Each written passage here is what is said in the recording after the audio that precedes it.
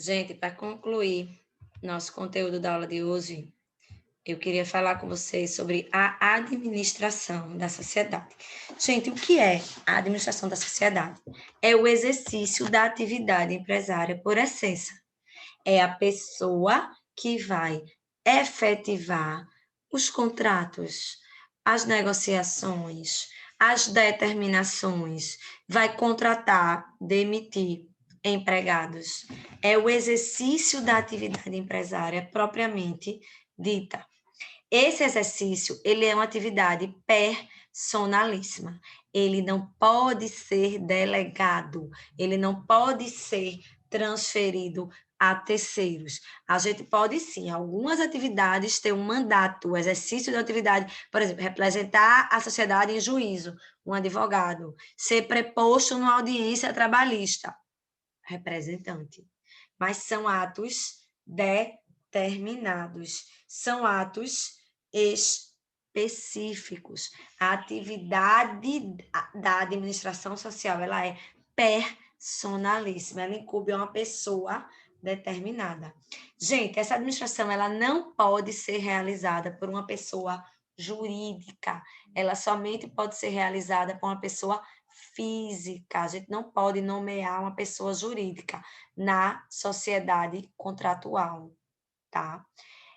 A administração, ela também não pode ser incumbida a uma pessoa impedida, um administrador público, um servidor público, um juiz, um promotor, um detentor de um mandato eletivo, naqueles casos, sendo do poder legislativo, que tenha contrato com a administração pública, executivo, ministros e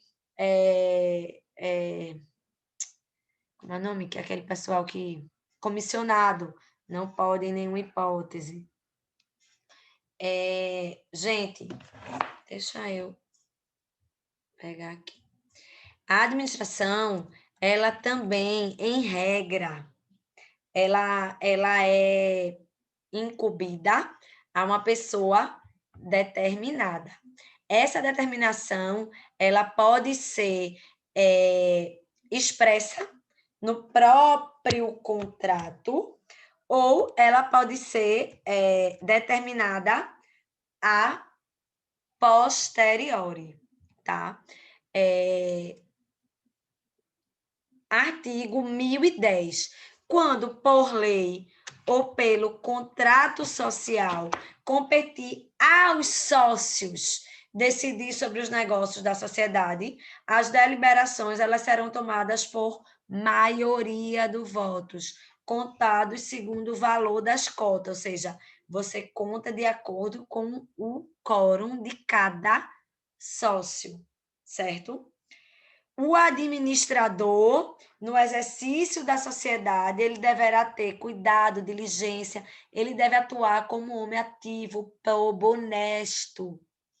Esse artigo não precisaria estar no nosso código. E aí é aqui que eu queria chegar, 1011, parágrafo 1º. Não podem ser administradores, além das pessoas impedidas por lei especial, ou seja, leiroeiro, isso é tudo que a gente estudou ano passado. Leigoeiro, servidor público, militar, juiz, Ministério Público, promotor de justiça, os condenados à pena ou as pessoas condenadas à pena que vede, ainda que temporariamente, acesso a cargo público. O condenado por crime falimentar, ou seja, crimes da Lei 11.101, prevaricação, peita, suborno, concussão, peculato, crimes administrativos. Crime contra a economia popular, sistema financeiro nacional, contra as normas de defesa da concorrência, direito econômico. Crimes contra as relações de consumo, crime do direito do consumidor. A fé pública ou a propriedade, enquanto perdurarem os efeitos da condenação. Nosso ordenamento jurídico não admite pena de caráter perpétuo. Então, não admite condenação eterna, né? Impedimento também eterno. Não pode pessoa jurídica, não pode pessoa impedida, não havendo previsão expressa. A administração caberá separadamente a cada um dos outros. Na verdade, era nesse inciso que eu estava, né? 1013. A administração da sociedade, nada dispõe do contrato social, compete separadamente. Gente, então a gente tem 3 modalidades de administração. A administração por sócio determinado, né, indicado por contrato ou por ato separado. A administração por terceiro estranho ao quadro, muitos tipos societários permitem, quando a gente vai estudando tipo a tipo, a gente vai estudar os que permitem e os que não permitem. E a administração por todos os sócios. Na ausência de disposição contratual, a administração ela vai ser realizada por todos os sócios separadamente, tá? Que mais? Artigo 1019. O administrador, ele tanto pode ser nomeado no ato do contrato social, como ele pode ser nomeado posteriormente. Nesse caso, o contrato ele vai ser omisso, e aí, em ato diverso, né, vai ser nomeado um administrador. Gente, ok. Mariana, tem diferença na prática? Tem. Está no 1019. Por quê? A grande diferença entre o administrador nomeado no contrato social e o administrador nomeado em ato separado, posterior, diverso, reside no fato de que os poderes do que foi nomeado no contrato, caso sócio, são poderes irrevogáveis. Você nomeou no contrato social um sócio como administrador, ele vai ter poderes irrevogáveis, salvo por decisão judicial que reconheça que houve uma justa causa para a revogação. Gente, só no caso extremo, numa situação estapafúrdia, é que aquele sócio administrador ele vai ter os poderes dele revogados, certo? Em contrapartida, os poderes do administrador não sócio ou de administrador designado em ato separado, ainda que sócio, são revogáveis a qualquer tempo. Basta a maioria dos demais sócios votarem por isso. Artigo 1019 do Código Civil.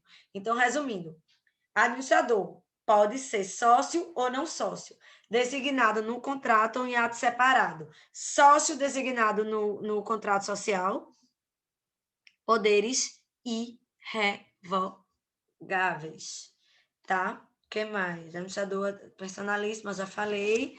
Em que consiste os poderes do administrador? Gente, os administradores eles podem praticar todo e qualquer ato pertinente à gestão da sociedade, tá?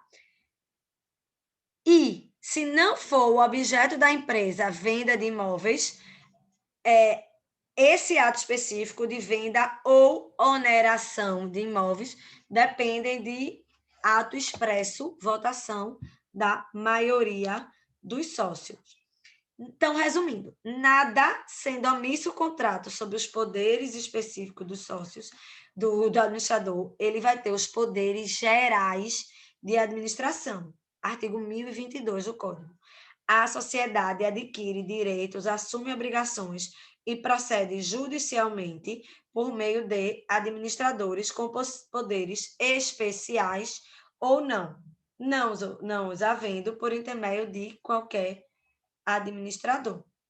Gente, contrato então, contrato omisso, os poderes gerais de administração. Contrato dizendo expressamente quais são os poderes, é preciso analisar que efeitos aqueles atos da sociedade produzirão. Meus amores, sendo o administrador ato externo. Vai ficar pesado esse vídeo, né? Vamos embora, se Deus quiser. Deixa eu concluir o raciocínio. Gente, então, resumindo, a gente vai ter a teoria da aparência. Não tendo a lista expressa dos atos, o administrador ele vai praticar os atos que aparentemente eles são possíveis, certo? E o administrador ele somente vai responder pelos atos que excederem aqueles poderes gerais. Artigo 1015. Vamos dar uma lidinha nesse artigo 1015. No silêncio do contrato, os administradores podem praticar todos os atos pertinentes à gestão da sociedade, não constituindo objeto social. A oneração ou a venda de bens imóveis depende do que a maioria dos sócios decidirem. Gente, o excesso por parte dos administradores somente pode ser oposto a terceiros se ocorrer uma das seguintes hipóteses: limitação de poder estiver escrito ou averbada no registro social, provando-se que esse excesso ele era conhecido de terceiro e tratando-se da operação evidentemente estranha aos negócios da sociedade. Esse parágrafo único do 1015, ele adotou o que a doutrina ela convencionou chamar de teoria ultra vires. O que é essa teoria? Ela é a teoria segundo a qual a sociedade ela não deve responder pelos atos praticados com excesso de poderes pelos seus administradores, ou seja, ela eximia a sociedade da responsabilidade quando o administrador ele tivesse se excedido, tá? Essa teoria ela foi muito criticada quando ela surgiu em 2002, e ela foi objeto de algumas decisões judiciais, mas principalmente de alguns enunciados. O ato ultra vires não produz efeitos apenas em relação à sociedade. A sociedade ela pode ratificar esses atos e o Código Civil ele amenizou o rigor da teoria dos atos ultra vires, admitindo os poderes implícitos dos administradores, tá?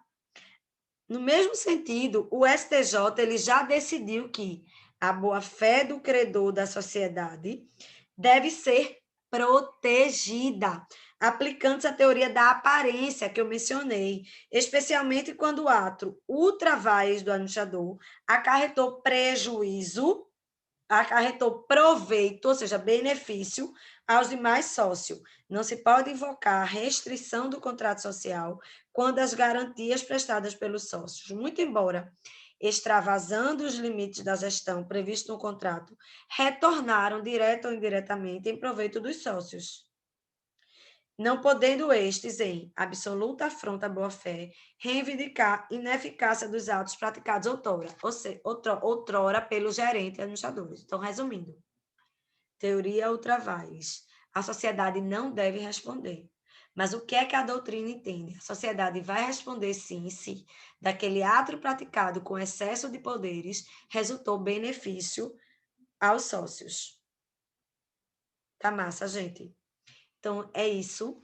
Isso é teoria geral do direito das sociedades contratuais. A gente vai aprofundar esses conteúdos ao vivo nas próximas aulas, tá certo? Um beijo. Qualquer dúvida, eu estou online para tirar dúvidas.